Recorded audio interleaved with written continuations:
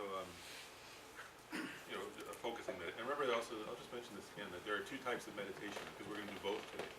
And so one is a fixed meditation, or maybe that's a good translation, where you focus on one object. Right? That's what we're about to do. Then there's contemplative or analytical meditation, which we'll do later. Right now we're going to do that fixed time, where you just focus on one thing. So we'll focus on our breath, just for about 5 minutes. So so have your back straight. And get comfortable.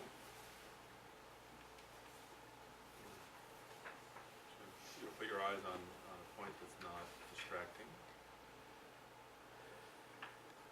And just gently bring your attention to your breath.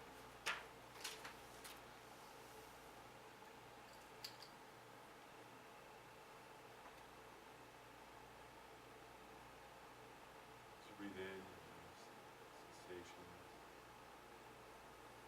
The air coming in through your nose and mouth. The rib cage expanding.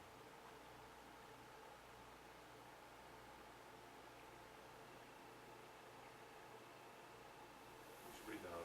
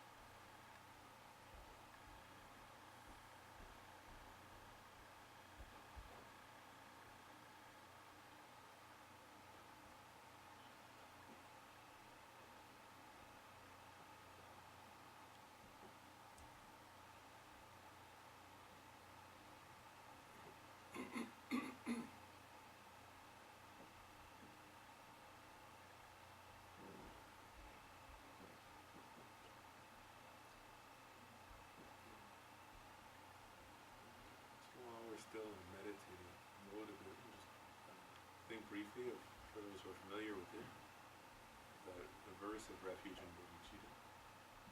Actually, we'll talk later about refuge. So you can actually think of your teacher, the Buddha, so it's in front of you. So we just think, I go for refuge until I'm enlightened. The Buddha, Dharma, and Sangha. The merit of giving and other perfections. Yeah, become Buddha, dependent for all sentient beings. I go for refuge until I'm enlightened.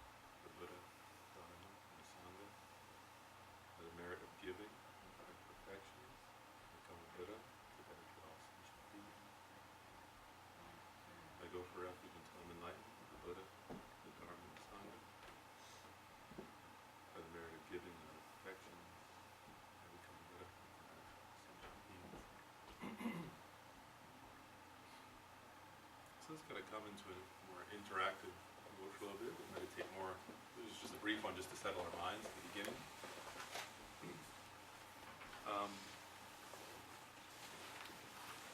And so I just wanted to kind of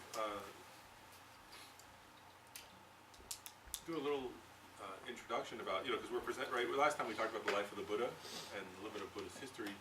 But so the actual title of this series, right, is Presenting the Path, right? And so in this sense, it's presenting the path in terms of it's structured according to what I mentioned last time, the stages of the path to enlightenment, right?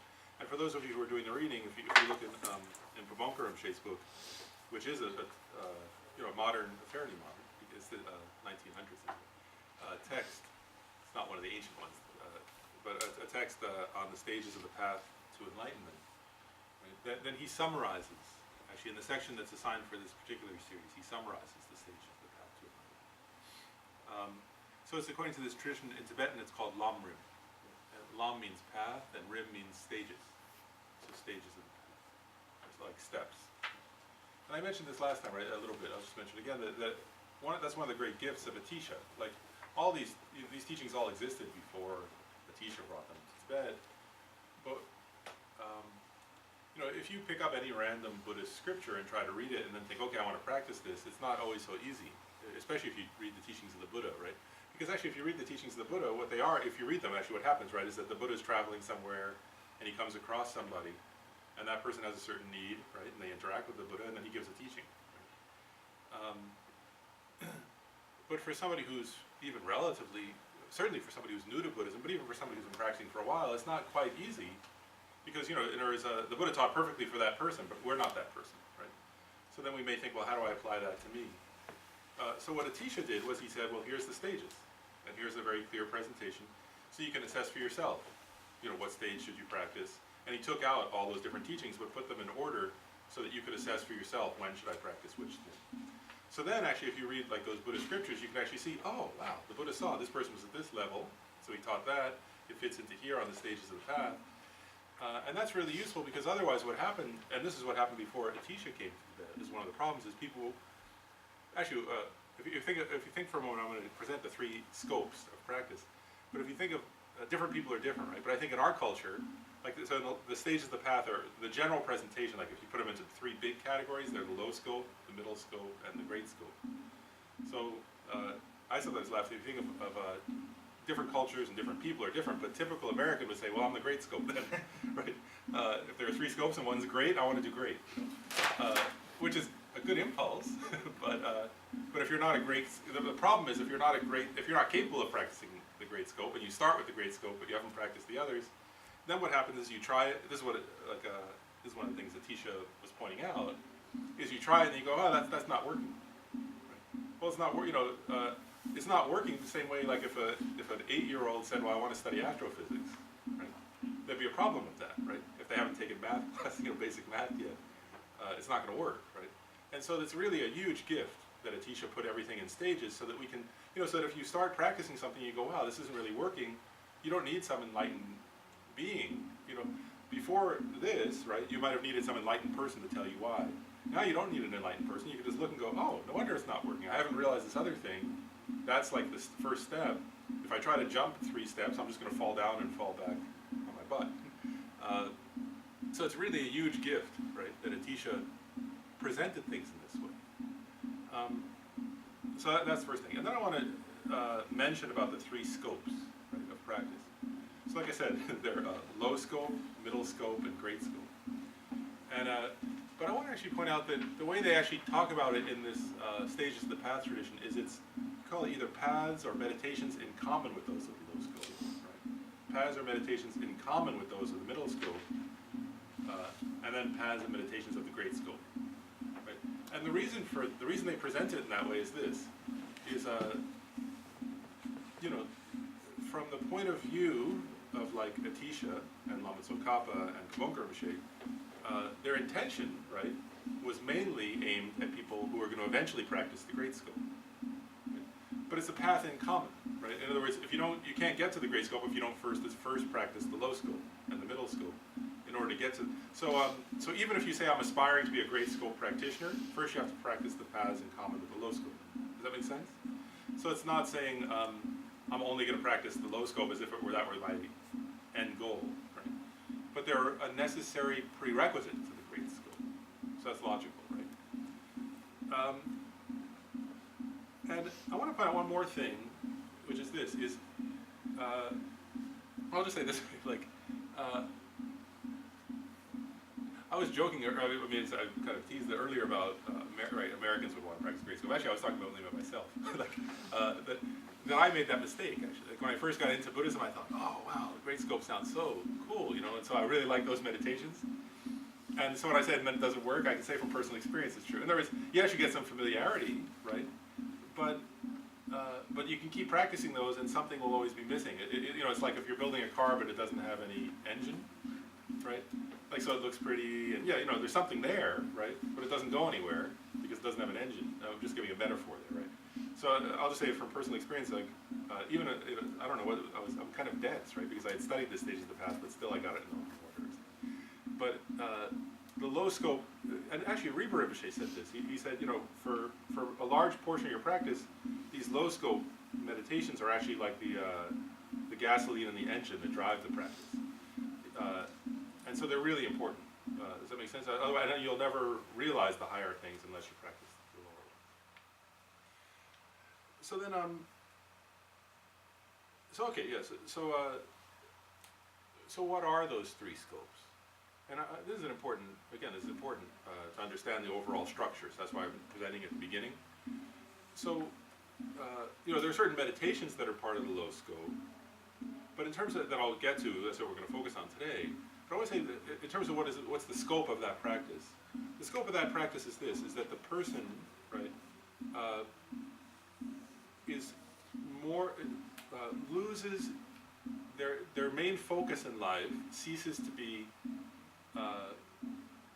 just comfort and pleasure and reputation and things like that in this life. Right? They start to lose interest in that, and their interest becomes something spiritual, right? Which in this case, on this level, just means future lives. That they start to become more interested in their future lives than in this life. So that's the deficit. And so a person who's practicing low scope is practicing like that, right? And we'll get to what that means, but that's low scope practice. I want to point out two things. One is that's hard to achieve, actually, right? Like most people, right, are more interested in their reputation or their wealth or their relationships or their what people think of them, all that, right, than they are in their future lifetimes, right?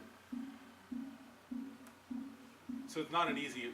That's not an easy level of practice to achieve, but that's the low scope.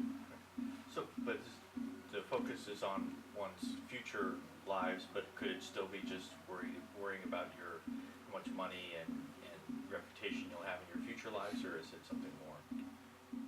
Yeah, I mean, in a way, it could just be that. Okay. I mean, you know, sometimes like part of a low scope practice. Some low scope practitioners, for example, though, would aim for rebirth as a god, say, on a heavenly realm, not a Pure Land in this case, but like a heaven, a god realm, they would call it.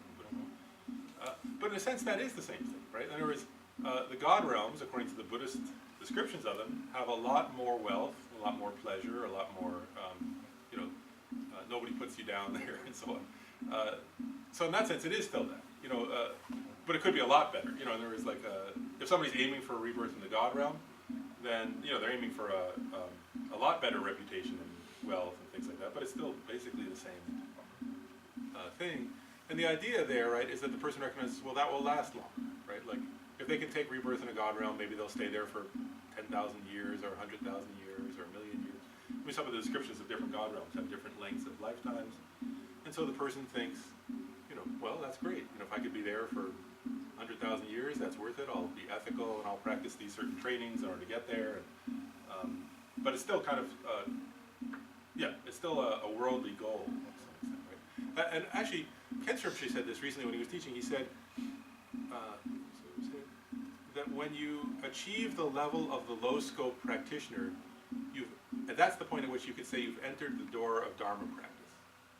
So at that point, you're actually practicing Dharma. Before that, you're pretending to practice Dharma. When you realize that level of practice, that you become an actual Dharma, a practitioner of the Dharma. At that level, you've not yet entered the path to enlightenment, because that path doesn't lead to actual any kind of enlightenment. It just leads to a better. It is Dharma because it's something beyond. It's something spiritual. It's something beyond this life. But it's not yet a path that leads to enlightenment itself. Does that make sense? So it's two different. So so you could be practicing. What Kent Rinpoche was kind of pointing out. You can be practicing Dharma, but not yet on the path to enlightenment, because well, you're not at that level yet. But you've entered. But this is a preliminary that you have to. And I'll say one other. Nagarjuna, the great Indian Buddhist philosopher, on this same point, he said, he was aside, he was as good a teacher of emptiness as anybody who ever lived. I mean, it was his tradition of emptiness that all the later great masters taught. And he said, so his emphasis was the path to enlightenment, right? Emptiness is wisdom, which grants liberation. But he said, one has to achieve high status before we can achieve definite goodness. By definite goodness, he meant enlightenment, some form of liberation from samsara. But he said, if you want to achieve the definite goodness of liberation from samsara, first you have to achieve high status, which means good rebirth, right? In other words, if you're in a lower rebirth, you're not going to be able to practice the path to enlightenment. So he was saying the same thing, in a sense, right? He said, first you have to practice things that will get you a good rebirth, and then, in order to eventually achieve definite goodness of liberation or enlightenment. So he was saying the same thing, but it was harder to, the way Nagarjuna phrased it, Atisha framed it in a way that's even more, even easier for beginners to understand. Does that answer the question? Okay. But then it's, from what you just said, it sounds like Atisha, kind of went, that you don't have to wait until you get a better rebirth. Well, in a sense, we're in stages now. Well, we're in a better rebirth now. I mean, okay. We're already in a better rebirth. So it's not that you have to achieve, in other words, we're in as good a rebirth as you're going to get for that. But he was saying, if you, what's the right way to say it?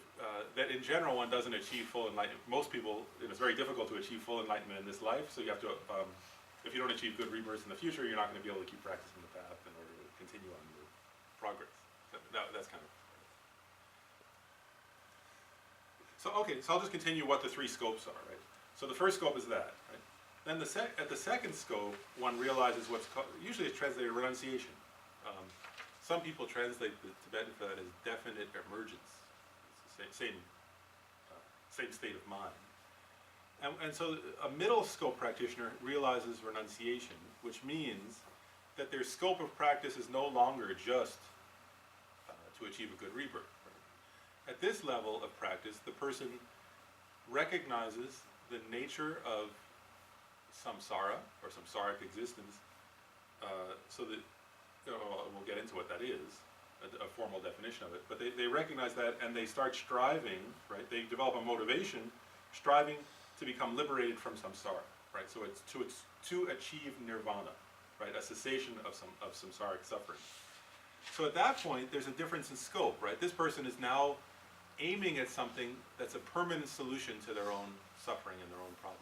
Right? So you can see that's a different kind of practice, right? It's different motivation. So these are differences in motivation of practitioner.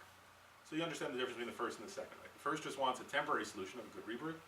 The second wants to achieve nirvana, which is a permanent cessation of all suffering. And then the great scope, right, the third kind, would be the path of the bodhisattva. So that person said, meditates on love and compassion, and then great compassion, and then an unusual attitude of universal responsibility for others. And they reach a point, right, where they realize what's called bodhicitta. And so their motivation is not just their own liberation from samsara, not just their own nirvana. Their liberation is to become fully enlightened, to become a Buddha, in order to lead all sentient beings everywhere to liberation from samsara, right? In order to lead all sentient beings to enlightenment. And they vow to continue manifesting for others until everybody's enlightened. So you can see that, again, that's a very different, you can see how it's a different motivation, right? But do you see how, like, this is an important point too, right?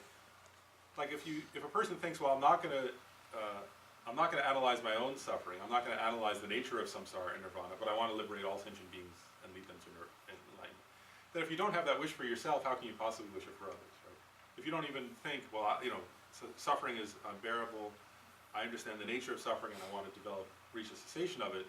If you don't actually understand that experientially for yourself, then there's no basis to understand that for others. You don't really understand others' suffering, so then it's just sort of an intellectual thing that's okay, but it's not yet. You can't really practice the great scope unless you've, does that make sense? Why logically you'd have to have practiced the middle scope in order to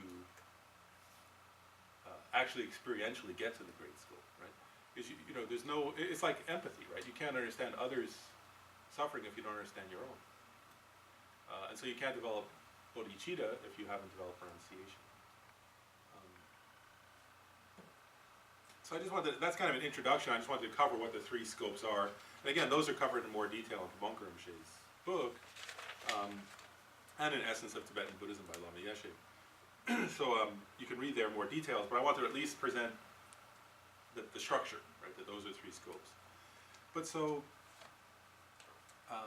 if we want to practice the path to enlightenment, then we have to start with the low scope, the paths in common with a low scope practitioner, right? Or the meditations according to the low scope. So that's what I wanted to talk about some today. But a preliminary to that is this: is texts. We're going to follow. I mean, there are many texts, but we're following the tradition of Atisha that came down from Lama Tsongkhapa.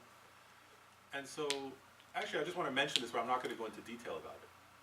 Is that before you even get to the low scope in these Lamrim or Sages of the Path texts, they cover first the preliminaries to meditation, or how to set up your meditation room and how to set up your session. We're going to get to that in another. There's a whole module on that called Establishing a Daily Practice. So we'll get into all those details. But if I try to cover those, they're not really supposed to be in this module. If I try to cover this module, I'll never get to the module. So I'll keep those in the module where they belong, which is Establishing a Daily Practice.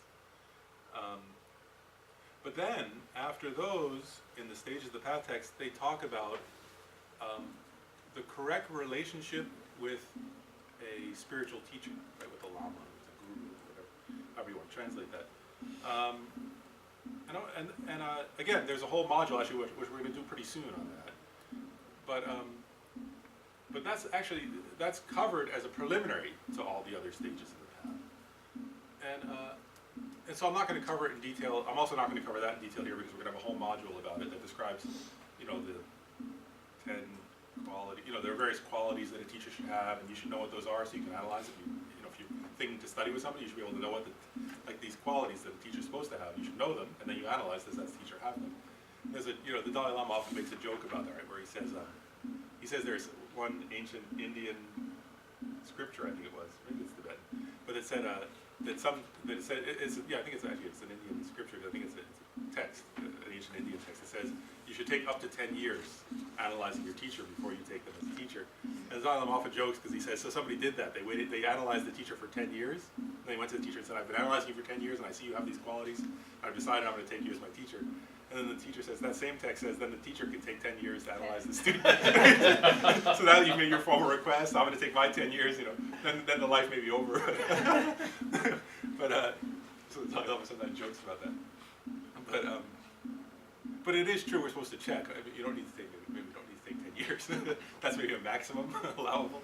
But you should know those qualities, right? And then analyze it. And one other thing that I'll just mention that's really important there is this, is from a Buddhist point of view, it's our job to analyze, right? Buddhism doesn't, there's not like it's not like, like some religions have like, are certified, right? Like, somebody has a certification. That doesn't exist in Buddhism, actually. Somebody can have a degree, like a geshe, right? Or somebody can have a title, like a rinpoche, but that doesn't mean, that means something in terms of socially in Tibetan culture, but actually the Buddha didn't grant, there was no geshe degree granted by the Buddha, and there was no rinpoche title granted by the Buddha, and there was no kenpo title granted by the Buddha. So actually, so those mean something in Tibetan culture. I'm not like minimizing that, but actually those don't mean the person's a qualified teacher. So somebody can have all those titles and not have the actual qualities a teacher should have. Lama Zopa once told a story. He was saying, I think the Woke Rinpoche said the same thing, but I remember Lama Zopa specifically saying, somebody could be a geshe and an abbot of a monastery and not yet be practicing Dharma. That's possible. It just means they went through a study structure and they earned their degree or something, but that doesn't mean they actually have the inner qualities yet. So it's our job. The point I'm making is this: is from a Buddhist point of view, it's your job. If you're thinking, first of all, we do need it. If you're really going to start, certainly if you're going to practice the great scope teachings, you need a teacher. Buddha said that. But then it's your job to check, right? So don't think like, oh, somebody else. What's the word? Like, don't think they're certified or something like that, or they have a title and that proves it. Then it's your job to check up a bit and to make sure, right, that the teacher has at least the minimum qualities. I think qualification would be the wrong term. The minimum qualities, because they're actually inner qualities, right? And the quality. I'm not going to get into them too much, but the qualities are things like patience, great learning, meditative ability, things like that.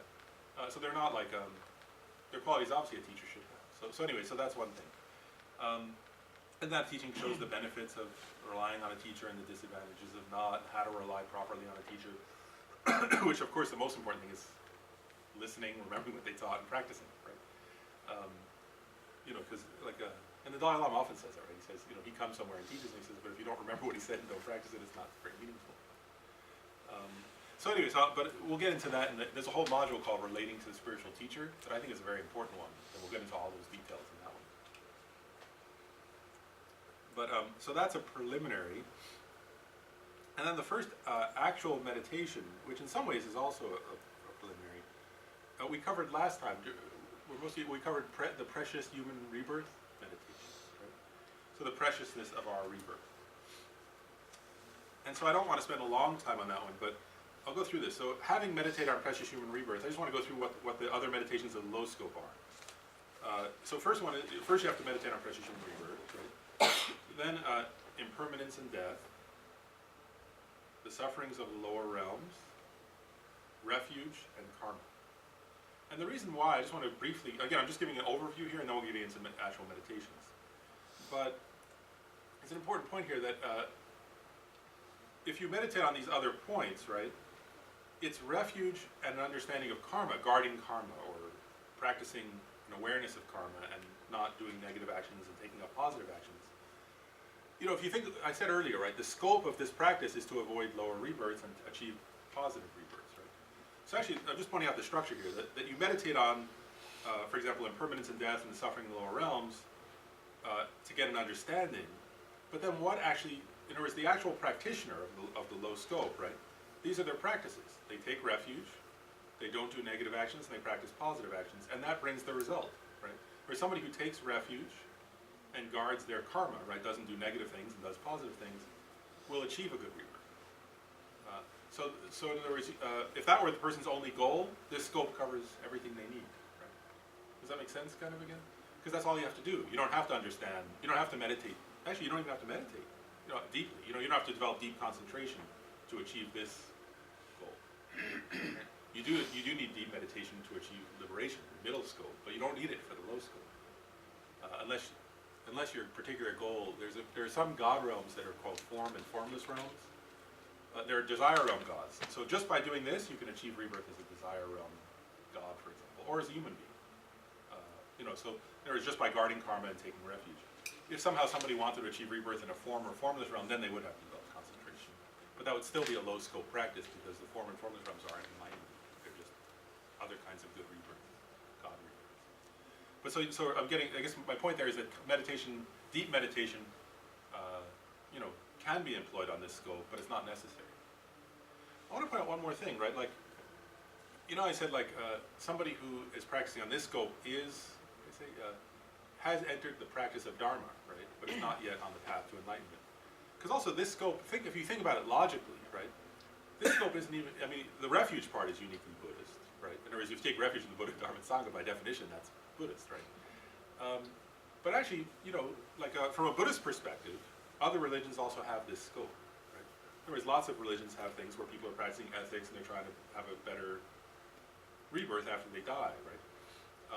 And Buddhism would accept that, would say, yeah, of course, that's a spiritual practice, right? So that this, the refuge part of the scope is unique to Buddhism, but the rest of it is not actually even unique to Buddhism. But it is, but it's common, right? So it's a common path among other religions as well.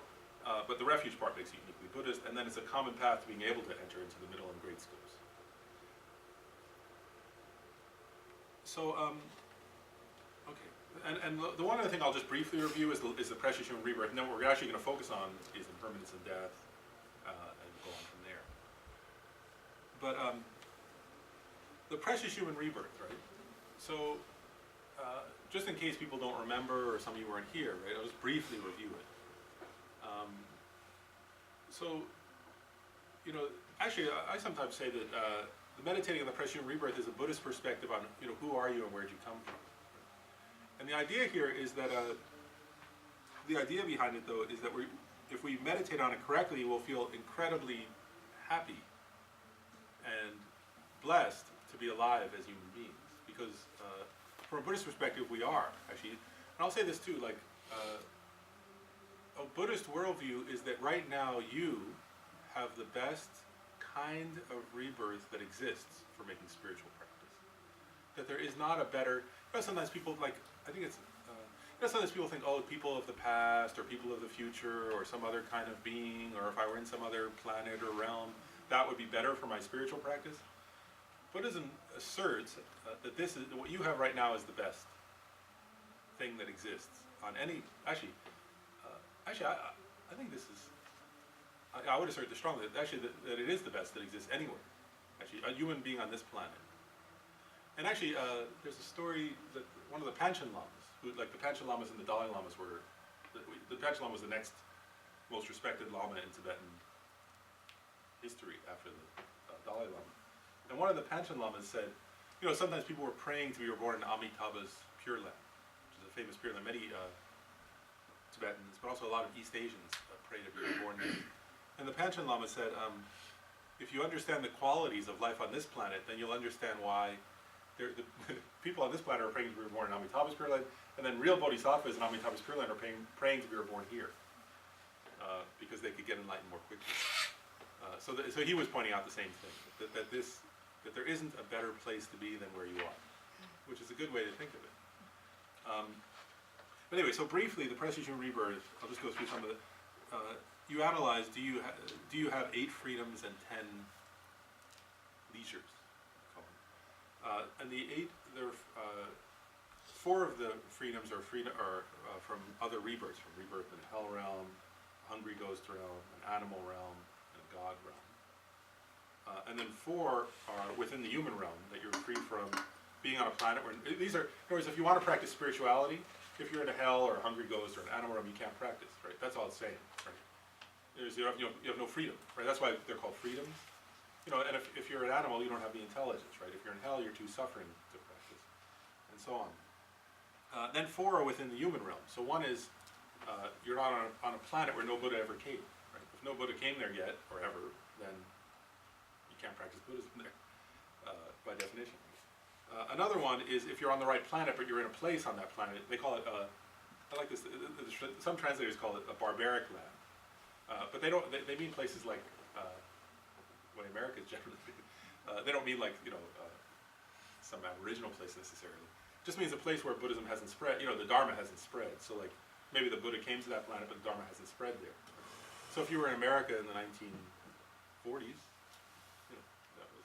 But if you're in some parts of America when I was born, there weren't. You couldn't find that. Another one is These are just to have the freedom to practice. Another one is if you have wrong views. Right? Most people have this obstacle, right? So you could live right next door to the greatest teacher in the world, right? But if you say there's no such thing as enlightenment, there's no such thing as karma, the idea of trying to become enlightened is stupid. It doesn't matter. Actually, all of the teachers in the world could come to you and beg you to practice, and you'll just say, "Get lost. That's stupid." Do we all know people? Actually, I think all of us know people like that. Right? That's not. But so if you have a wrong view that, for example, the wrong view that enlightenment's not possible, then you can't practice the path to enlightenment. And then another one is if you don't have sense organs that allow you to process the teachings, then also you can. This one. I'm sorry. This one is not having a mind that can process the teachings, right? So for example, if you have for example, I'm a psychologist. I can give examples easily. Somebody with severe mental retardation, severe autism, schizophrenia. Your brain just can't do it. If you have severe cases, some people could, but in severe cases, the brain just can't process it, and so they can't. You don't have the freedom. Even if you want to, you just don't have a brain that can do it. And then the 10 endowments, 5 of them are environmental. So a Buddha came to your planet, already taught. The teachings still exist, right? They didn't die out. There's still beings who get enlightened, actually, who practice them and achieve the result. Because eventually, they say there'll be a time where when the Buddha predicted, he said, my teachings won't last forever, nothing does. And he said there will come a time when the last remnants are there and nobody's anymore achieving any results. And that's when they're just about to die out. We're not yet there, luckily. And there are people around who are willing to help, right? Like to build a center or make a monastery or copy the texts, teaching, things like that.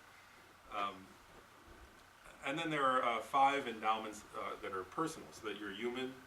You're in a place where the teachings exist. This is one about the sense organs. You have sense organs that can process, so you can hear or read or see, that kind of thing. You have faith, some interest or faith in spiritual practice, especially they say in the teachings themselves, the actual teachings of the Buddha. And you haven't committed any of the 5 heinous crimes or 5 heinous deeds or 5 immediate misdeeds. That'd be like killing your mother, killing your father, causing a schism between sangha, between monks, causing a big problem between monks, so that they, it's degenerating the dharma in that planet. Things that very extreme negative actions you could call it. So you haven't done any of those. Right? So you analyze it. So this pressure rebirth meditation, you analyze. Well, do I have all those qualities? Well, we do because we're here, right? So you analyze it and you develop a sense of appreciation. You meditate on it again and again, though, so you develop a sense of appreciation. And develop a sense of joy. That's what this one. When you achieve this realization or this meditation, right, you feel a sense of preciousness about your life and joy to have this life, and some kind of enthusiasm. Does that make sense? So you would meditate on it until you develop that sense of appreciation, joy, enthusiasm, and understanding how rare and precious your life is. Does that make sense? And that's actually the feeling. So when you have that feeling, you would meditate on this again and again, and when you develop that feeling where it's there all the time, then you've achieved that first meditation. So now, you'll see the order here is important. So now we're going to focus on this one. This is our main meditation focus today, and then we'll get to another discussion focus. So our main meditation focus is this. So imagine, you've done that, you develop some sense of the preciousness, rarity, and great value of your life as a human being. And the very next meditation, is impermanence and death. So you have this thing of great value, but you're not going to have it forever, right? And that's true, unfortunately, right? And so what I'd like to do is, there are many meditations on impermanence and death in Buddhism, right? And actually, if you read the ancient scriptures of the Buddha, the Buddha would often send monks off to the charnel grounds of India, right? And the charnel grounds, right, they're not like cemeteries here, where there's just gravestones. There's actual bodies in different states of decay, right? There are bones, and there are rotting bodies, and there are, funeral pyres with people being burned and all that. And so the Buddha would send people off there. Now again, if you don't know the stages of the path, it could be a little confusing. You think, why are people doing that? Sounds a little like a downer. But if you understand the stages of the path, then you'll understand why one does that at a certain stage of practice, and there's a use to it. So let's go through that. So you have this sense of the great preciousness, rarity, and value of your life, right? But here's the problem, right? Let's say you meditate like that, right? If that were all you did, you might think, oh, that's cool. I've got a great life. This is great. I'm, not in all those other realms. I have this really good thing. Let me take a vacation now. I'm going to go down to the beach and hang out. I'm just giving a metaphor there, right? But in other words, there's not yet much motivation to practice necessarily, right? There's just a feeling of appreciation and joy, but one isn't necessarily doing anything about that yet. So then, and again, there are many different meditations, but the one that's most commonly taught in the stages of the path, so the one that we'll do here, is sometimes it's called the 9-point death meditation, where sometimes Ken Soroshi went into more detail. He called it the meditation with, I think it's got 3 roots, 9 reasons, and 3 results. And maybe what we should do is actually meditate on this one. That's one thing. I'll do it like I'm just going to give it as an example. So what I'll do is I'll just guide us through it. So it's a contemplate. This is not a fixed meditation, right? It's a contemplative meditation. So let's actually do this one. But here's what I want to remind you of. When you do a contemplative meditation, right? Now I'm going to be talking today because you guys aren't so familiar with it. But if you're going to go home and try this one, I hope, right? So here's what you would do. First of all, you're going to say, okay, I'm going to contemplate on the 9 points. 3 reasons, 3 roots, 9 reasons, and 3 results, right? If something unrelated to those comes up in my mind, right, I'm not going to sit and think about it. I'm going to let it go, right? Because then if you do that, if you say, okay, I'm going to think about those, and then you start thinking about it, and then you go, oh, I forgot to do this paper at work, and what am I going to do about that? Well, then you're no longer doing contemplative meditation. You're thinking about work. Right? So your job is, if you think of something unrelated to these topics, you let it go and come back to the topic. Makes sense, right? Second thing is, as you contemplate these are structured, right? So as long as you're within the structure, you're doing fine, and you can bring your own life experience in. Does that make sense? So it doesn't mean, sometimes when you meditate on these, it's great. You memorize the 3. You have to eventually. Well, you can keep a piece of paper in front if you want, but eventually you memorize them, right? So you stay with these points, and so you do memorize the points. If you memorize, quotes from great teachers, that helps, right? But you also have to add in your own experience, right? So if you're thinking everybody dies, right? The first point is, the certainty of death. So if I'm meditating on that, I may think of a quote from some great Lama, but I also would think, for example, well, that's also pretty logical, right? My grandfather died, my other grandfather died, my father died, everybody dies. There's nobody on this planet who's older than 120. Everybody in Washington is going to be dead within, 100 years from now. Like, everybody I see is going to be dead, not one per, so you're sort of getting out there, so you start to relate it to your own experience. You think, wow, my body is not quite the same as it was 20 years ago. That sort of implies something, doesn't it?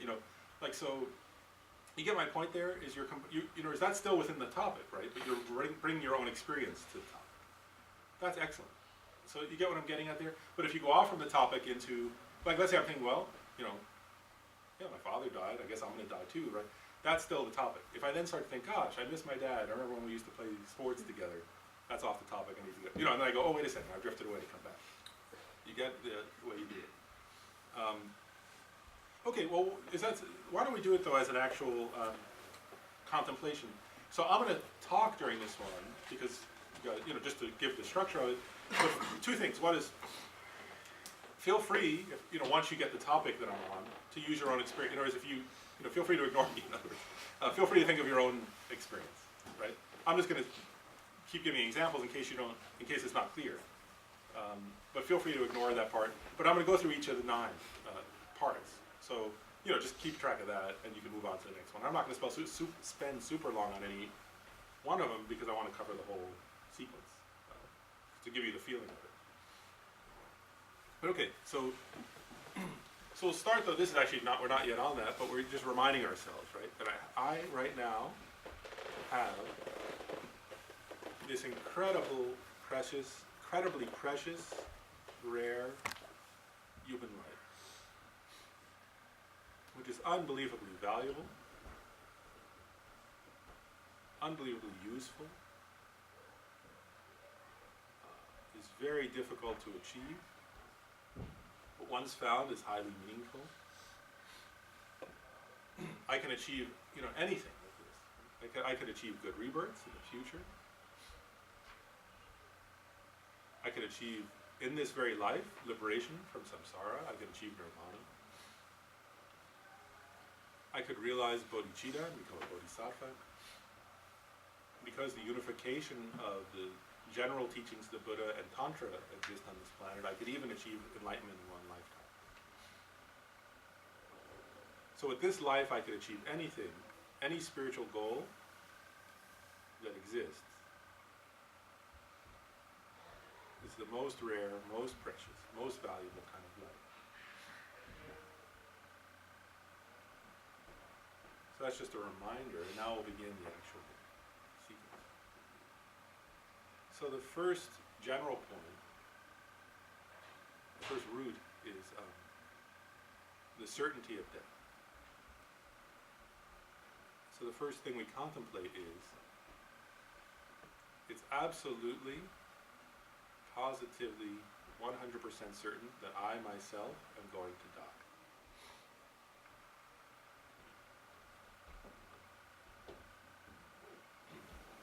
So now we begin to analyze that. Just the fact that I was born makes my death certain.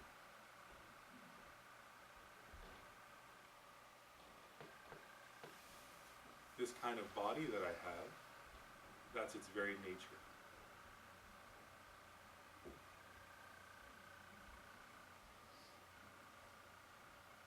And everyone who's born with this kind of body dies.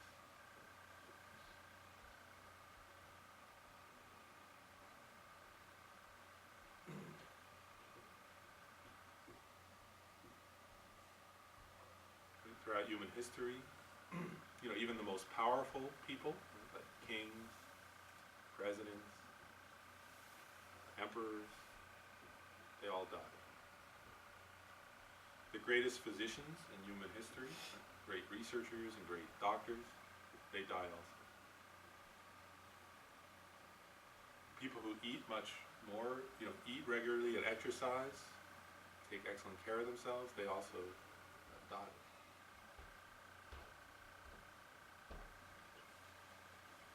Very strong people died. Weak people died. Rich people, poor people. There's no place I can go where I can escape from death. There's nothing I can buy that will free me from death. And even in terms of spiritual practice, right? Buddha, he's also no longer here. All the great spiritual teachers, actually from every tradition, if you look on this planet for the body of the Buddha or Lao Tzu or Jesus, or Moses or Muhammad, you can't find them. So it doesn't matter if you have worldly power or some kind of spiritual quality. Everybody dies.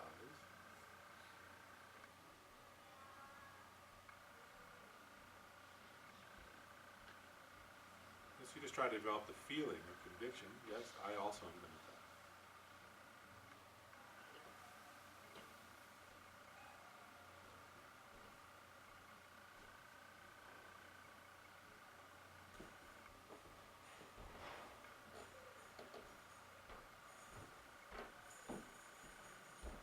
Lama Tsongkhapa, when he teaches, gives the example, he says, just like when you're born, then your death is guaranteed. He says it's like a person who is pushed off a cliff, a very high cliff, and is falling.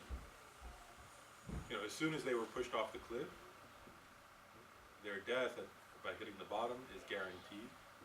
In the same way, by birth, my eventual death is guaranteed.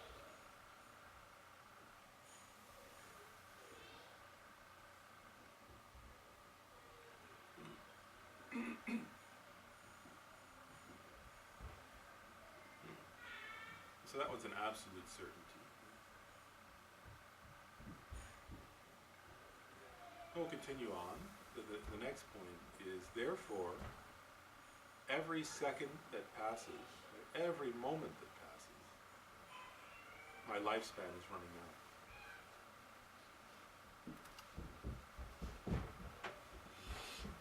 Since there's an absolute maximum, right? So every second I'm running towards that. There's never a break, right? There's never like a pause. Each second is your life. This moment, this moment. And that the time you have is like water running out of your, cup can, running through your fingers.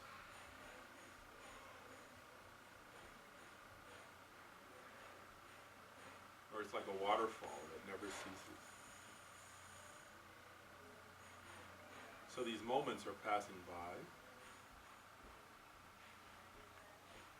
And again, you can see this one, you can realize it through your own, right? This is like just logical, actually. There's no way to disprove it. It's absolutely clear that each moment my life is running out.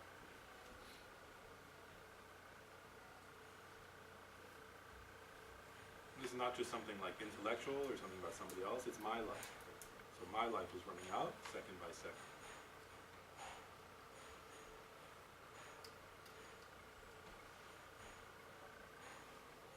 And that leads directly into the third point, which is that even when I'm distracted, even when I'm asleep or distracted by something, even when I'm not focused on spirituality or things like that, even then my life is running out. If I'm asleep, if I'm watching a movie, if I'm chatting, gossiping and chatting with a friend, still my life is running out. With each word that's spoken, I'm that much closer to the end of my life.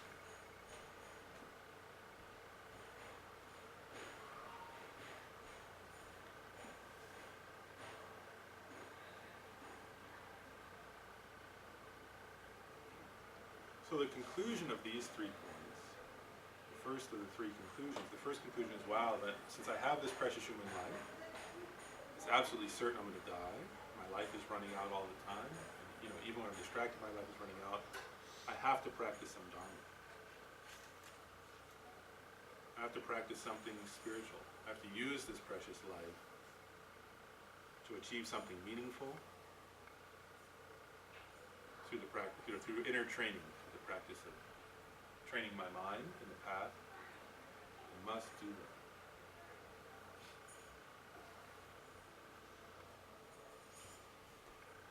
So one tries to develop like a feeling or conviction like that, and then dwell in that feeling, dwell in that conviction, that experiential conviction. I must practice that.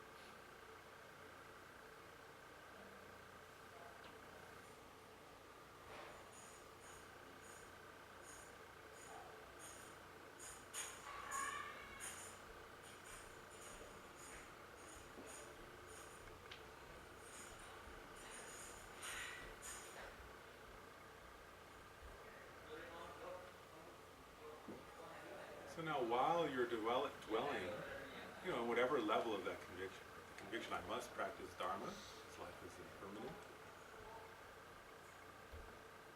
then we start with the second of the 3 roots, which is the time of death is uncertain. So now, we know we have this precious human life, and we know that it's impermanent, that we won't have it forever. Now we begin to contemplate the fact that the time of death is uncertain. So the first reason to contemplate on that one is, on this planet, beings, the reality, and this is observable through direct perception, is beings die at any age. There's no fixed lifespan.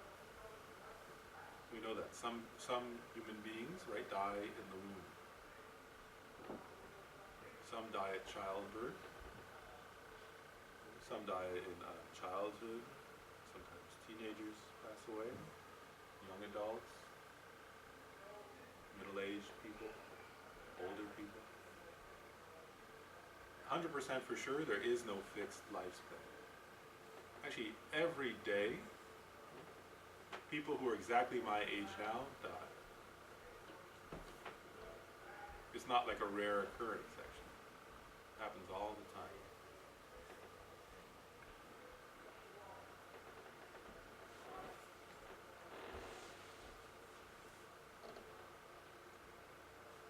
And we know that, actually. If we contemplate, right, untimely deaths, surprising deaths, right, deaths of young people. People get cancer.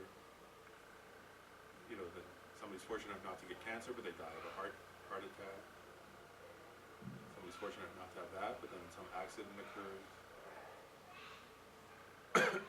Some illness.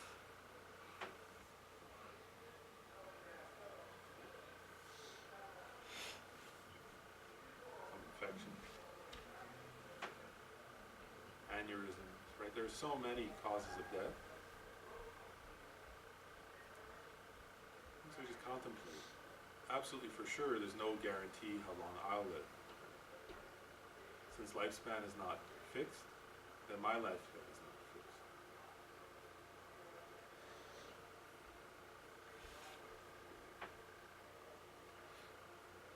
There's no guarantee that I'll live past this year. There's no guarantee I'll live past this month.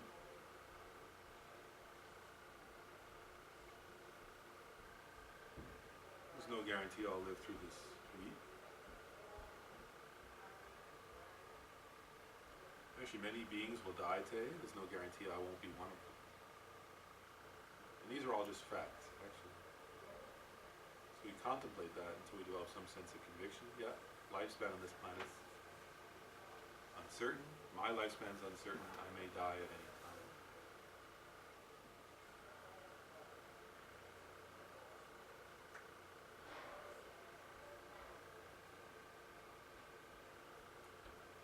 And that flows directly into the next line of reasoning, which is that even the things that I do to extend my life could cause my death. There's so many. So not only could like diseases and things like that kill me, but like every day, in order to live, I have to eat, and yet like eating the wrong food could kill me. Whether because it has like some bacteria in it, or because it's the wrong kind of food for my body, or because it clogs my arteries. There are many ways. Same thing, right? Like people go to the doctor in the hospital, to save their life, but actually, all the time, people, medical mistakes or infections at the hospital or the doctor's office cause people to die. Also, like I drive to work in order to live, right? To make money to live. But I could die on the way to work. People die in car accidents on the way to work, on the way home from work every day. So it's like, actually there's a sense in this one, first of all, that even the things I do to extend my life can end it. Right? And so that I don't have, part of the implication of that is, not only is lifespan unfixed and uncertain, but I don't have any control over it, or I have very little control. Like none of the people who die young, very few of them want to die. Most of them want to live longer. And we're the same, right? So we may take like, certain foods and vitamins to live. Hopefully that'll work, but it may, could also cause our death. We don't have any control over the process.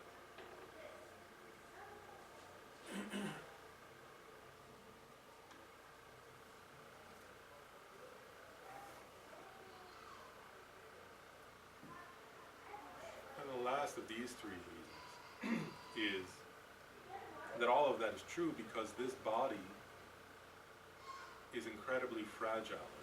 The metaphor that's usually used is it's like a water bubble. And actually just take a moment to contemplate your own body and you'll see that's true, right? There are all these little tiny, right, like veins and arteries. If you think of one aneurysm, if one of those pops, one of those breaks open, deep inside of you, in a few moments, you're dead. Like the blood vessels in the brain, right? One of those bursts open, or gets completely clogged, right? You could have a stroke and die quickly. It happens every day, actually. These tiny, just like a tiny, tiny cut, right? Sometimes people get just like a tiny cut on their body. If it happens to have the wrong kind of bacteria in it or virus, then they die. And this happens to young people and older people, right? It could happen at any age. It happens all the time. So the body's incredibly fragile, just like a few cells, right? If a few cells of bacteria touch the wrong part of your body, you can die. A few bits of virus, and so quickly. If a few cells, a tiny bit, just a few cells turn cancerous, and so quickly. So the idea here is you're just contemplating how my body is so fragile. It's like a bubble, like a water bubble in the air. That we already contemplated for sure, 100% certain it's going to pop. But actually it can end at any second. One of the lines that's often mentioned on this point is, the only difference between, you being alive or you being dead is that you're still breathing.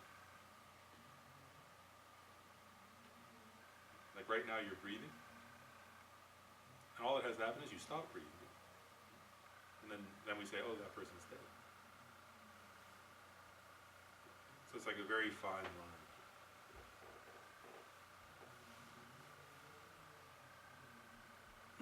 And the conclusion of these 3 points is, not only must I practice Dharma, but I must practice now. So you contemplate those points until you get that feeling, I want to take the essence of my life now. I don't want to wait. This life is so precious, so rare.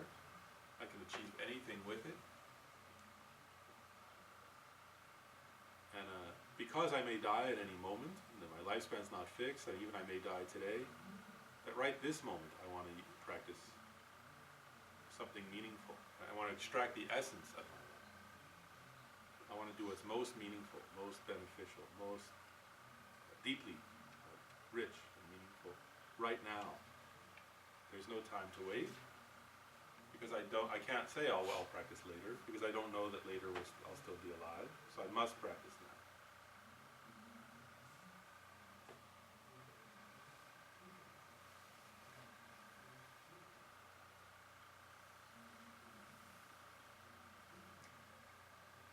So again, whatever of that feeling you can get in touch with, then you kind of let your mind dwell in it.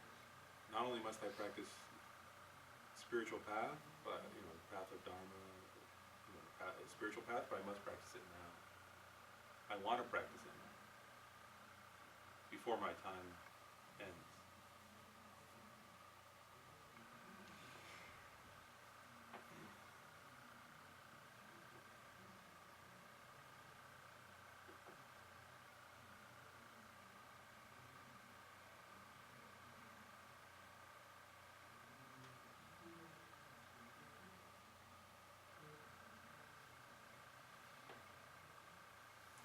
Now we'll move on to the third root, the third general point. And that one is that nothing other than Dharma is helpful at the time of death.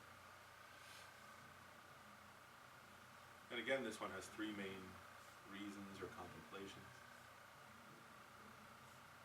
So one is that money and wealth are not helpful at the time of death. So actually that's certain. Whereas you can't take even 1 penny with you. You can't take your favorite book, your favorite shirt, car, your house, nothing. None of that, nothing goes with you. Nothing goes with me, right? You're thinking like that. None of those things will go with me. And actually, if anything, you know, if I have a lot of stuff and suddenly I'm dying, if anything, actually, if you actually imagine yourself dying, you see, not only will those not help me, they'll actually may harm me. Because I'll worry. If I have a bunch of stuff and then I'm dying, I may worry, oh wow, did I put my affairs in order? Will somebody know what to do? Oh, I still want to do that. I still like those things. If anything, having stuff can, you know, because you can't take it with you, if anything, it'll just agitate my mind. And the more stuff I have, the more likely that I'll feel some sense of grasping and agitation at suddenly losing it all. As we're meditating, that's when we can think, like if I walked outside of here today and somebody stole my car, I would be quite upset. And if I get home and somebody like broke into my house, I would be quite upset. But when I die, all those things will be stolen at once. So for sure, right, having stuff, you know, wealth or possessions won't help me when I die. I can't take them with me, so they can't help me.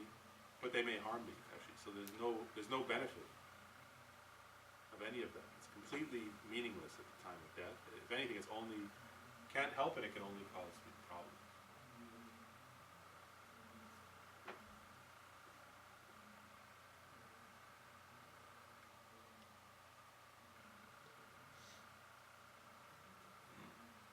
And then also, like, next point, the next contemplation here is that also friends and relatives can't help.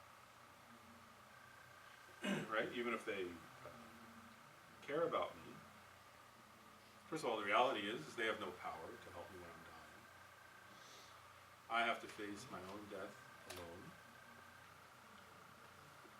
My mind will, actually my perception of them even will absorb, right? Like I won't be able to see them, I won't be able to hear them as I begin going into the death process.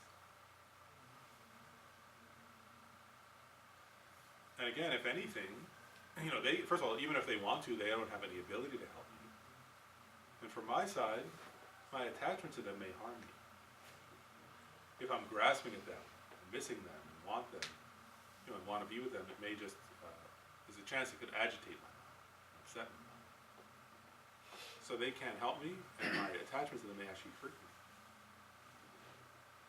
It certainly doesn't, certainly they can't give me enlightenment, or give me nirvana, or give me a good rebirth, right? They have absolutely no power to do that. Like zero. But my grasping at them, you know, could cause me many problems. Much suffering.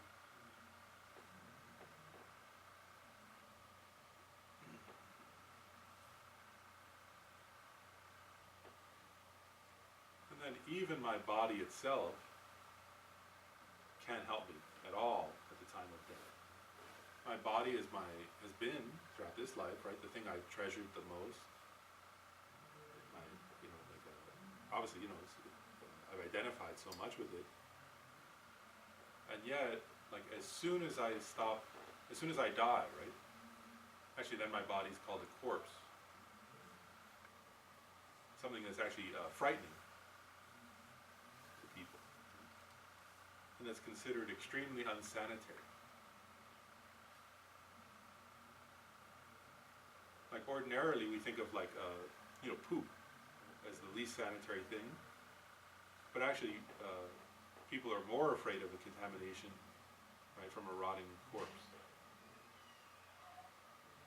So this body, which I like, you know, treasure, and take good care of, and try to like eat right and exercise, you know, then when I stop breathing, right, like if you left that body somewhere for 24 hours, then it would be like, you know, smelly, putrid, anybody would be afraid of it. I myself would be afraid of it. So for sure, this body can't help me at the time of death. If anything, it would be something frightening and scary, which one would, which would, the goal of people would be just to dispose of it.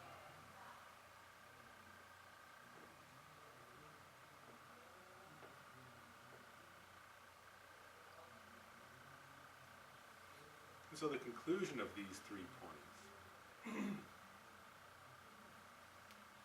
is, not only must I practice Dharma, not only, do I want to practice Dharma now, but that only, that spiritual practice is the most important.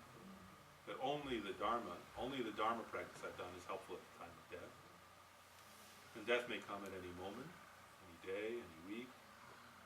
So it's the most important. It's the only thing that helps then, so it's the most important one.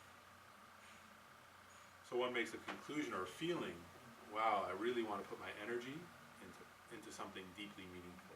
I really want to put my energy into practicing the path.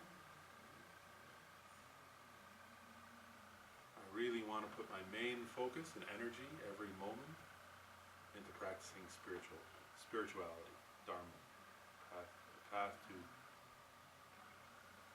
a higher goal. I don't want to waste this precious life.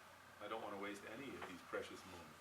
I want to put all my energy into that, starting right now. In this moment, the next moment, today, that's what I want to do. I want to put my energy into that deeply, wholeheartedly.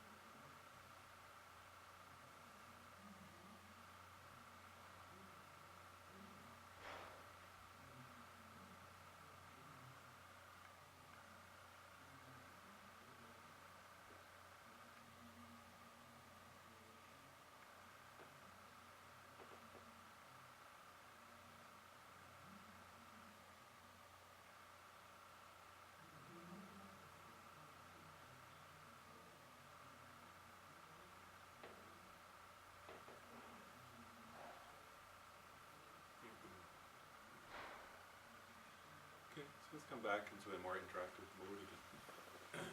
But so that's actually, that's one of the contemplative meditations, right? And I want to say a couple things, like in the, in all the traditions of Buddhism, really, I was going to say, certainly in the tradition coming from Atisha, but actually in all traditions of Buddhism, that meditation, that kind of, again, that's just one of the meditations on impermanence, but that's the one, that one's sufficient. Like that kind of meditation is deeply emphasized, actually.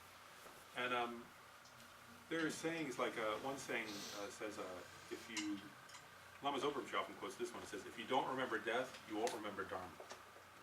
And then he says, and if you do remember Dharma, you won't practice Dharma. And if you do practice Dharma, your practice won't lead to the conclusion.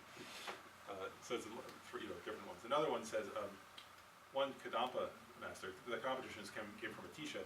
He said, if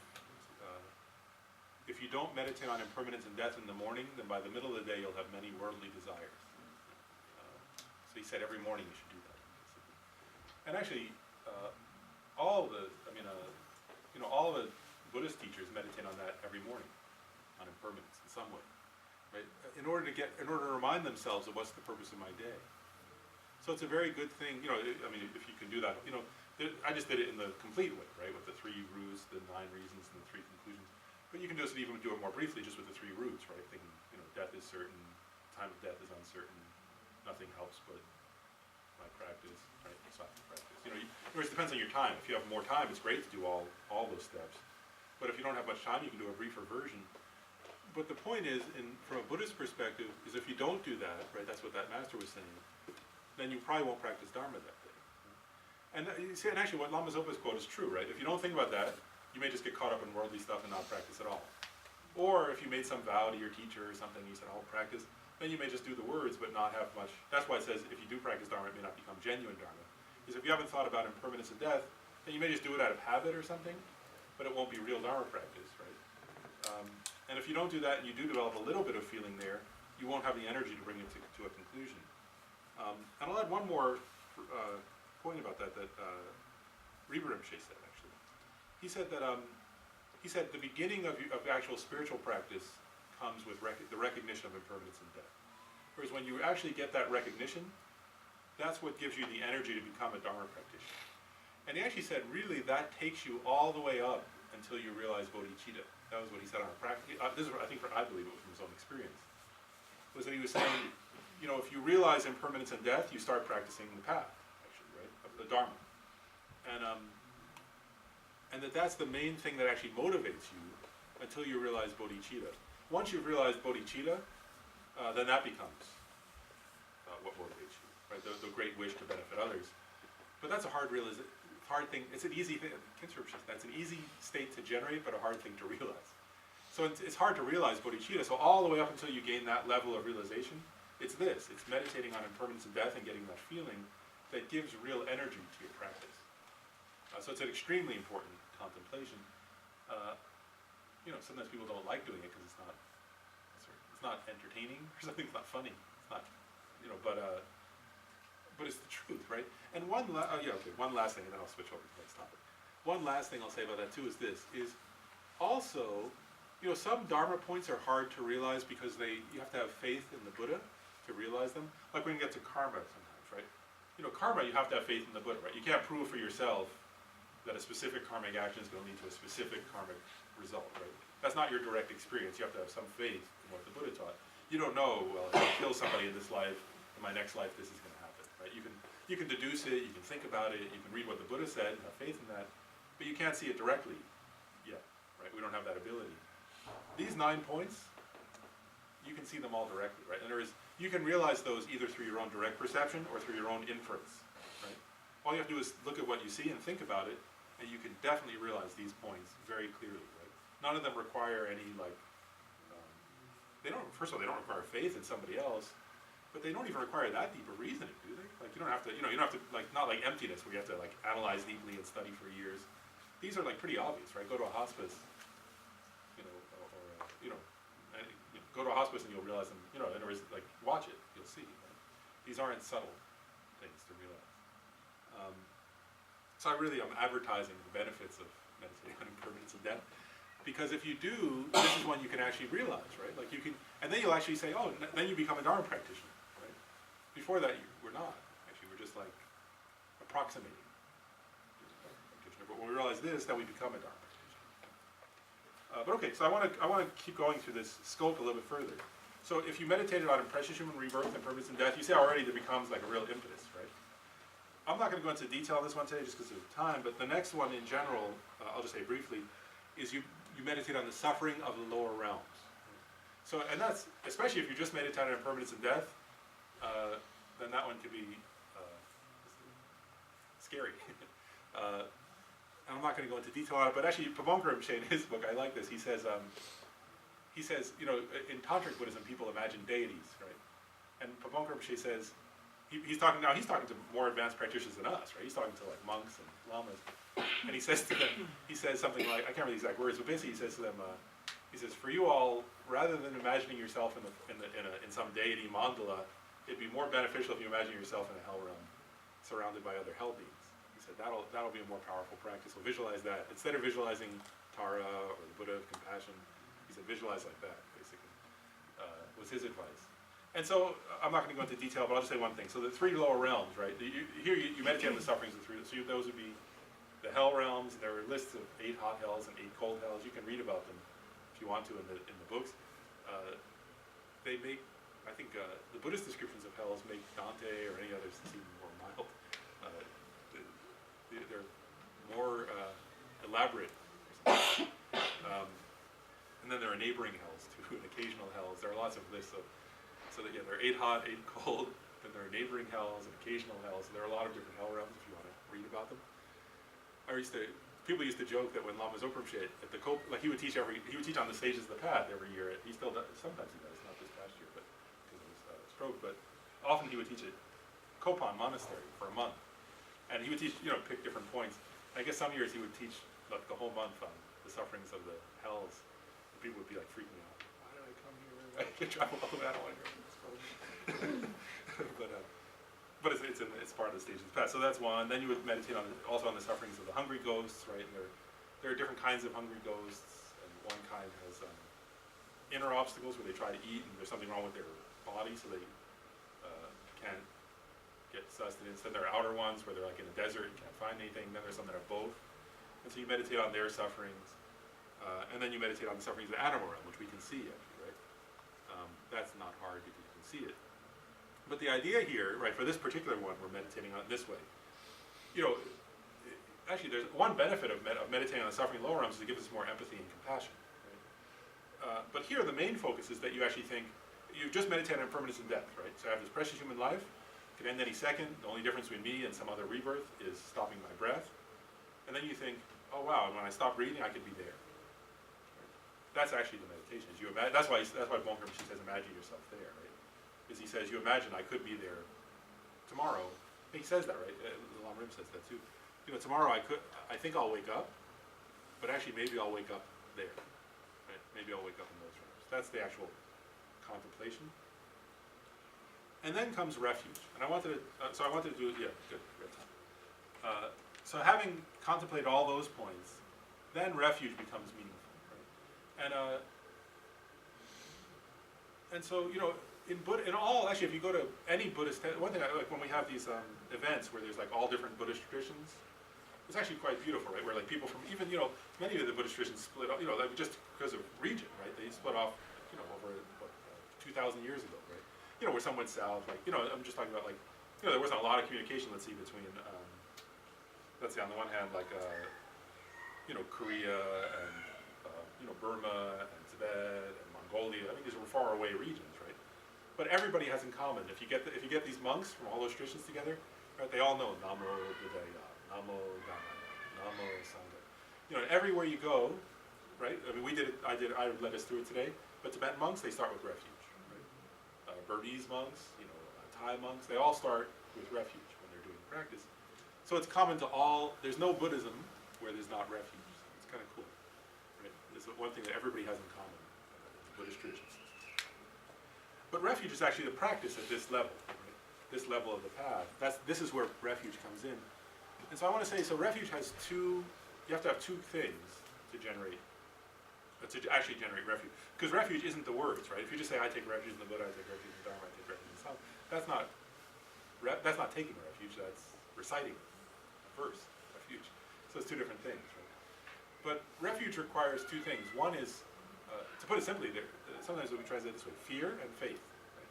That you have to have fear of something, and then faith that something's going to help you with that. Right? So whether your fear is of death, or your fear is of the lower realms, right? Those kind of things.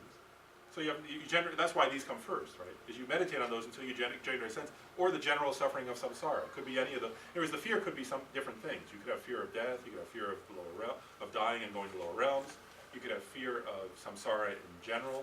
You could have fear of yourself continuing in samsara. You could have fear. Eventually, you can even have mahayana refuge, which is fear of others continuing to suffer. Right? But there's always something that you're unhappy about. Right? Something you don't want to have happen, something you're afraid of happening. Right? And then you generate faith. And the faith, in Buddhism, the faith is in the three jewels, right? So it's in the Buddha, and I'm going to, at a fairly simple level, the Buddha is the teacher, right? Who taught the path. The Dharma, which is the actual path, and the Sangha, which are people who have gained actual realizations on that, and who therefore can help us. And I'll give a few different quick explanations of this. So one is, the Dharma is the actual refuge, actually. Right? Whereas when you realize the Dharma, then it's your actual refuge. but you need, the Buddha to have taught it, and you need Sangha to help you to realize that. And then the Dharma, when you realize it, becomes your actual refuge because, for example, and that's not something very high necessarily, right? If you understand karma and you stop doing bad things and start doing good things, well, that's an effective refuge, actually, right? It's a refuge from rebirth in lower realms, that we were just talking about. If you're afraid of general samsara, then you have to understand, meditation and, a deep concentration meditation, ethical behavior, and wisdom, and then you get liberated from that. So so the Dharma is the actual refuge, but then you need a teacher to teach it, and you need Sangha to help you. One other analogy that's often used at this point is that they liken the Buddha to a doctor, right? Like, so if you're afraid of, because this is actually experiential, right? Like, actually, if you're really sick, right? You want to have the best, you don't want to have a terrible doctor, you want to have a good doctor, right? And as soon as you find a good doctor, you feel a little bit of relief, right? But then, the doctor is not sufficient, you also need the treatment, like the medicine or the surgery or something. So this metaphor is a traditional metaphor. You think the Buddha is like the doctor, right? You need a good doctor. But again, that's a necessary but insufficient condition, right? You need the doctor, but you also need a good treatment, a course of treatment, whether it's medication or diet or some exercises or surgery or something, right? So the Dharma is the treatment. Right? And they give the analogy that the Sangha are like the nurses. So if you're doing like a difficult kind of treatment, actually just having the doctor is not enough, right? If you're having surgery, you also need some nurses there. So this is a difficult treatment course, right? For a serious disease, so you need all three. So does that make sense? So that's and the reason why they give that metaphor is not like intellectual, I think it's emotional, right? It's something that we can relate to in a sense, right? Like, but as Lama Zopa Rinpoche often points out, it's funny, right? If somebody's really sick, like let's say, when somebody hears they have cancer or some other serious disease, they get really scared, right? And they really want a good doctor. And when they meet that doctor, like, they're like listening like this, right? Like, what's the doctor going to say? And if the person's smart and the doctor says, look, you need to take this course of treatment, you can totally recover, right? The person doesn't go, smart people don't go, well, yeah, maybe so, right? I mean, they may get a second opinion, but if three doctors all say the same thing, a smart person doesn't go, well, yeah, I might do that eventually, I'll see. The person takes the treatment quickly, right? Because they want to recover. And they follow the advice of the nurses as well, right? So the idea here is that the reason why we don't do that oftentimes in relation to, let's say we meet someone like a perfectly qualified teacher, like Khenpo Rinpoche or Lama Zopa Rinpoche, we don't have that attitude, right? Like a patient with a doctor. And that's because we don't, like the teachings would say, Buddhism would say, that's because we don't understand our condition yet, right? We don't understand that we have this precious human rebirth, that it can end any time. We don't understand its unique value and meaning. And so we kind of are half-hearted in our refuge. Right? And the idea would be that if we contemplate, again, this is not saying, it's not like criticizing us, it's just saying that's the reality. There's a verse that says, we don't yet understand the depth of the suffering. Right? Because we don't think about it, we don't want to think about it, so we avoid it, and therefore we don't develop the attitude of real refuge. Right? And so, the more you think about yourself, the more you'll realize actually, Lama Zopa says, compared to the suffering, sometimes he'll say that like somebody has cancer or something, he'll say, he's many times, it's true, right? He'll say the suffering of cancer is so small compared to the suffering of samsara. Because cancer is part of samsara, right? But all the other sufferings are also, so is torture, so is, all of those are part of it. So it's huge, right? And so the idea is that we have to understand those, the idea is we contemplate those until we develop a sense of refuge. And Khenpo Rinpoche said anyway that the measure of having taken refuge is when you think of suffering, right? That you're like the way a young child thinks of their parents. Right? That was what he said recently. He said, the way when a young child falls down and they think of their mom, right? That a person is like that in their refuge. So that, in other words, but in this sense, it's not. Does it make sense? That's the emotional component. Of course, the physical component is you don't want somebody to pet your head, though. You want to understand emptiness, right? Or you want to understand the Dharma. So, whereas the solution is not the same, but the feeling of reliance is the same. Does that make sense? What that's getting at? But each time we try to do like a discussion point. So I wanted to do it on refuge today. So I want to ask you guys to take, we'll break up into small groups right now. I don't care. Do 2, 3, 4 people. It doesn't matter. I But what I want to have you guys just discuss a little bit is this, it's 2 points. You know, on the one hand, to what extent do you feel a sense of refuge in 3 jewels, right?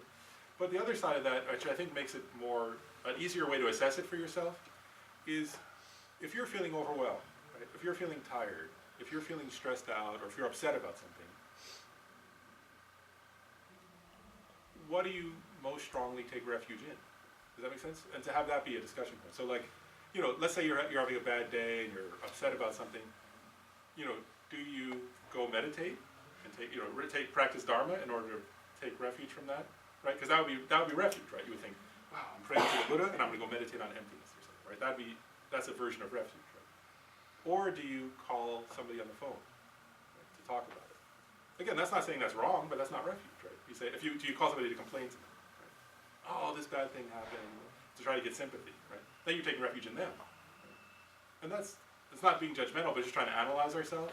Or do you go watch, you know, I don't know, a movie or a football game or something? Or do you go out and get drunk?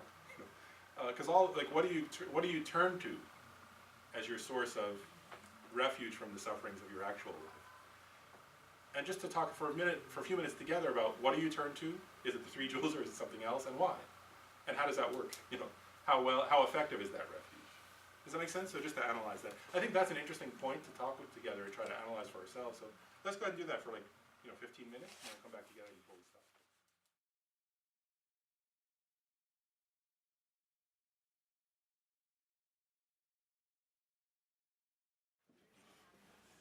Yeah, that's a big change, Yeah. isn't it?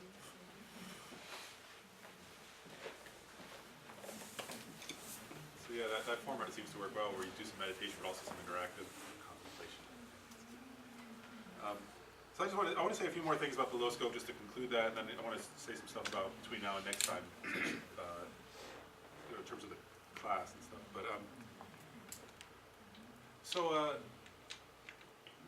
I'll talk a little more about karma next time. But I just want to at least say, so I just want to make sure people have the sense, right, so this low scope set of practices, it's not huge in number, right?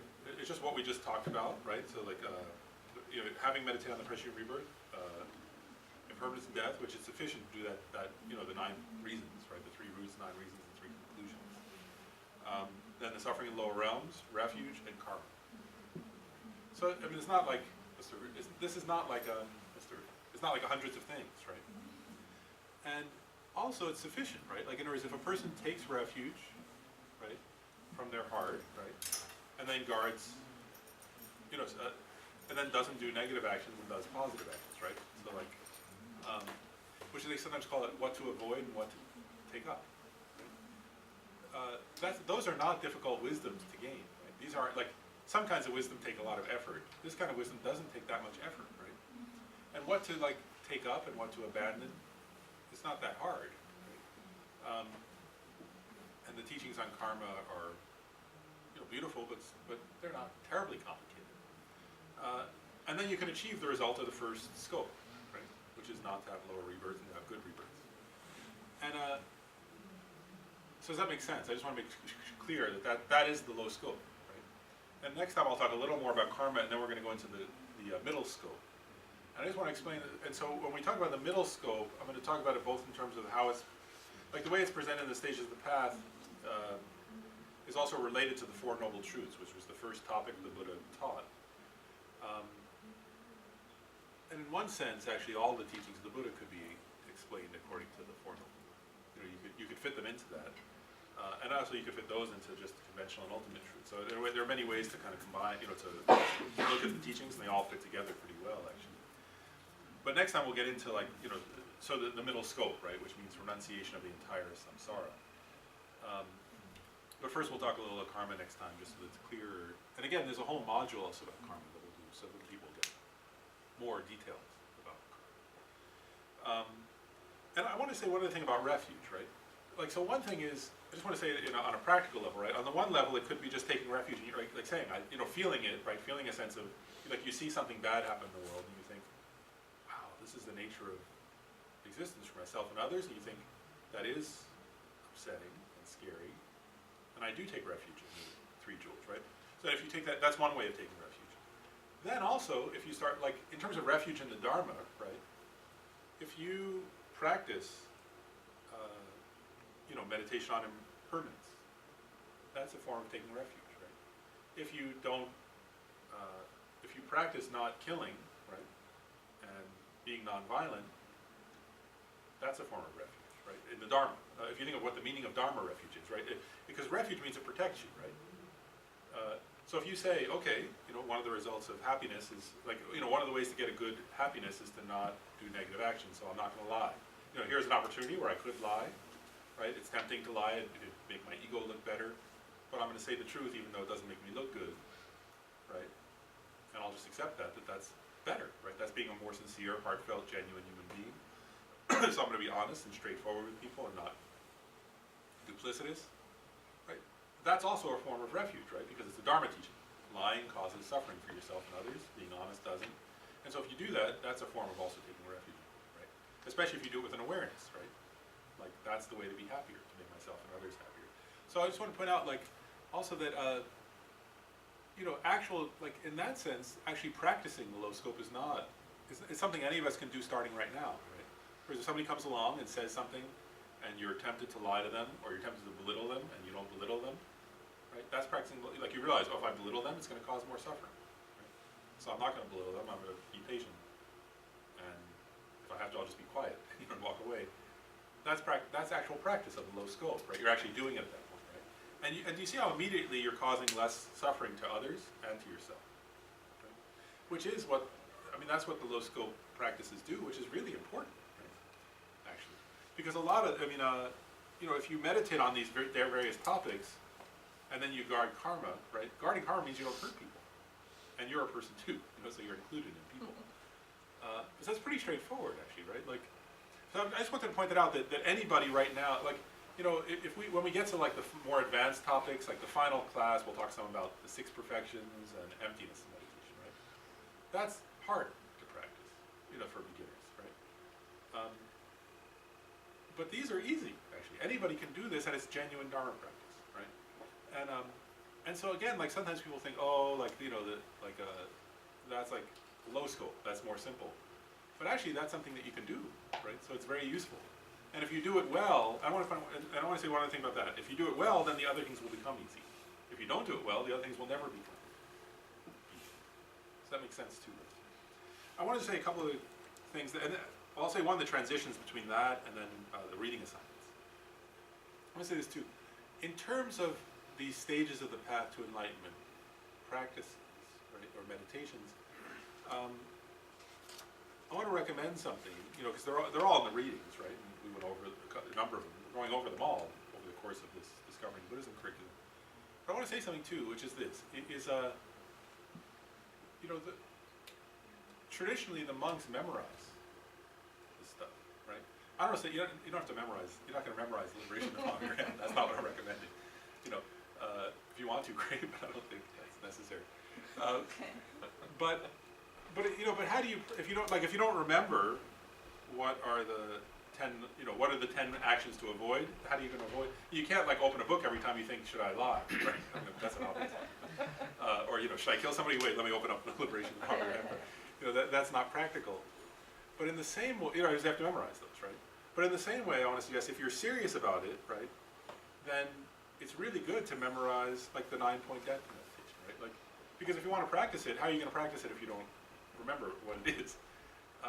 And also, like, if you memorize that one, I'm just giving that one as an example, right? Like, then, first of all, then you can meditate on it when you're in bed before you get out of bed. You can meditate on it when you're on the bus or the train. You can think about it while you're driving. You can meditate on it if you're in a doctor's office and you have to wait for an appointment. That's completely sufficient. Or is it's not like you have to be in front of an altar to meditate on the these topics, right? It's nice to be, if you can do that sometimes, and you sit there and, like this, that's good. But you don't have to be, right? You can think about these things anytime if you memorize it. But if you don't memorize it, then of course you can't. How do you meditate on it? Then you think, oh wow, I could meditate, and then all you're left with is, oh, I'll just focus on my breathing, which is fine, but that doesn't you know, that's a good way to calm your mind down, but it's not actually a path, right? That's just a way of calming your mind, but it doesn't help you to progress along the stages of the path to enlightenment. So you have to memorize at least a few things, so you have things to do when you're out in the world. You know, and so that's one thing I wanted to say. Now that leads to two other things. In terms of this whole course, right, we still have a bunch more classes in this module, but I want to say a couple things. One is, for people who are actually doing this, like you know, some people are just like surveying the class or just attending, that's fine. But for people who are taking the class and want to complete it, I want to say one of the requirements for that is to memorize a short and long rim or a short and long rim summary. So you actually have to memorize one, okay? And I'm going to give two options of which one you want to, you know, you can, and we'll email them around in the actual texts. But the two options are both by Lama Tsongkhapa. So you can either memorize the Foundation of All Good Qualities, which is one Lam Rim prayer by Lama Tsongkhapa, or Lam Rim summary, you call it. And that's the title of it. It starts, the Foundation of All Good Qualities is the kind and venerable Guru. So you can memorize that one, or you can memorize another one by Lama Tsongkhapa called the Three Principles of the Path. And you only can memorize one, but pick one that you want. And the idea, I just want to say why memorize something, right? Well, one is it gives a deeper imprint in your consciousness, right? But another is, then you can, what's the word to say it? Then you can use those for your meditation wherever you are, right? So it's very useful in that way. And I'll share one other thing, like, this was just, again, story of my own stupidity.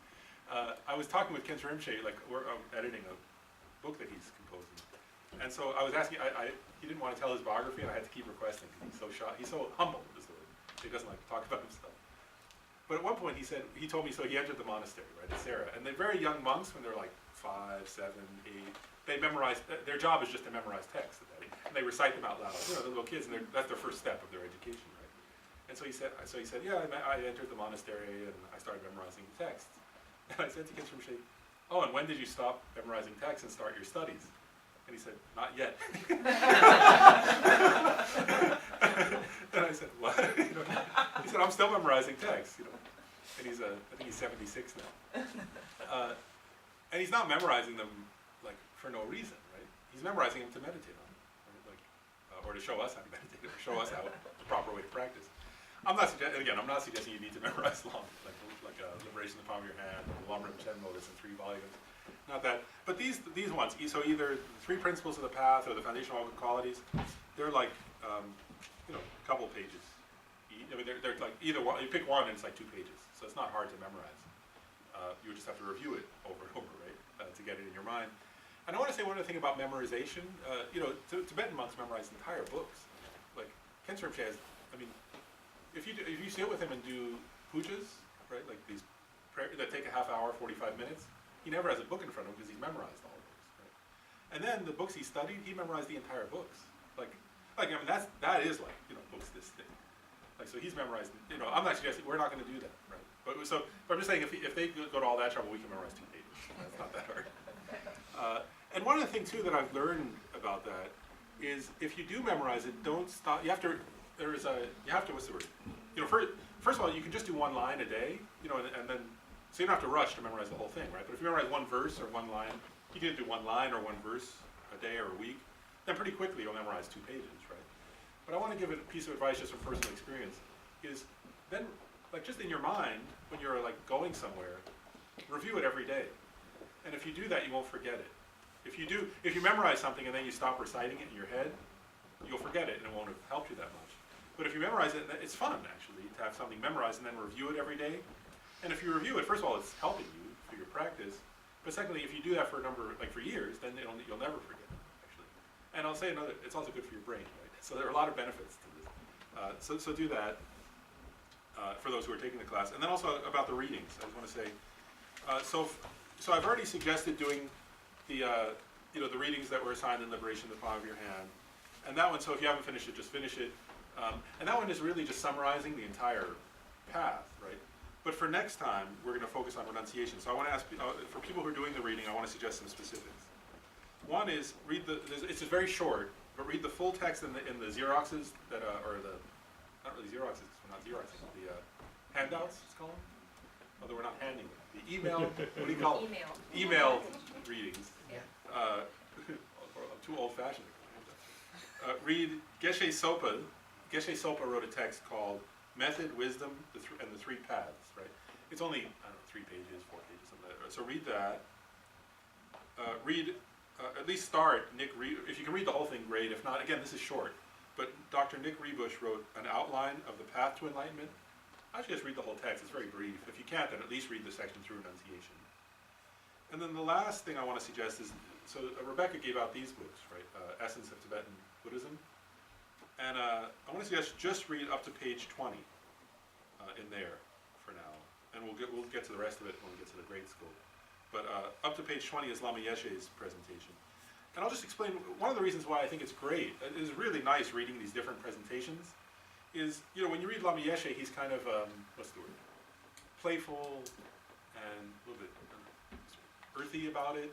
You know, Geshe Sopa in his presentation is kind of very clear and kind of a scholarly presentation of the same material. So it's just giving you different angles on the same material. That's why I think it's nice to read the different sources. They're teaching the same basic subject, but again, like, you know, when you read Geshe Sopa, he's talking kind of like quoting Nagarjuna and explaining things from a kind of, you know, formal philosophical point of view. Lama Yeshe is sort of being more earthy and kind of, I don't know, artsy about it or something. And so they give you different angles on the same topic, and then when we get together, we'll meditate on that topic, and, you know, it'll help to have read those things. So that's the reason. It's just to familiarize your mind with it, and these will give you different angles in to familiarize your mind.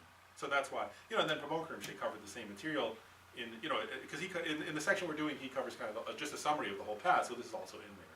So again, the idea here is that you're taking different angles on the same material, and then when we get together and, you know, then we meditate on it, and you guys interact about it, and I explain. The idea is that you're trying to like really process it by hearing it in different ways, right? And I'll quote next time a couple of quotes from these readings, so you know, to connect all. What was the second reading that you mentioned, please? I said so. Outline. The Dr. Nick Rebush's, that one, Yeah, an outline of the path to enlightenment, thank you. and it's in the stuff that was emailed around, and it's quite brief, but it's a nice kind of very simple summary that goes through each of these points. So at least read the part of that through the section on renunciation. If you want to read the whole thing, it's brief, but at least read through renunciation. And then you know, and then we'll meet in what is it, I think 2 weeks? And then and people got the email too, or I don't know, or was it emailed out? So this class, nothing's changed. We're going to continue as it was scheduled. The one thing that was changed, I guess, I don't think it's on the website yet, but Yeah, is it- the website was updated. I just Oh, okay. gotta- So the class that was going to be in the middle of February at my house on establishing a daily practice, we're rescheduling to March because Ken Rinpoche is going to be there that weekend teaching for 4 days, and so obviously we're not going to do both at the same time. So we rescheduled that one to March. So this class is totally unchanged, the schedule, but that one-day class, we've moved it in order to, because that's when Ken Rinpoche is available to come. We didn't think he'd come that soon, but luckily he is. So that was the only thing that was changed. But this class continues on until the beginning of April, actually. And then that one will be like one Saturday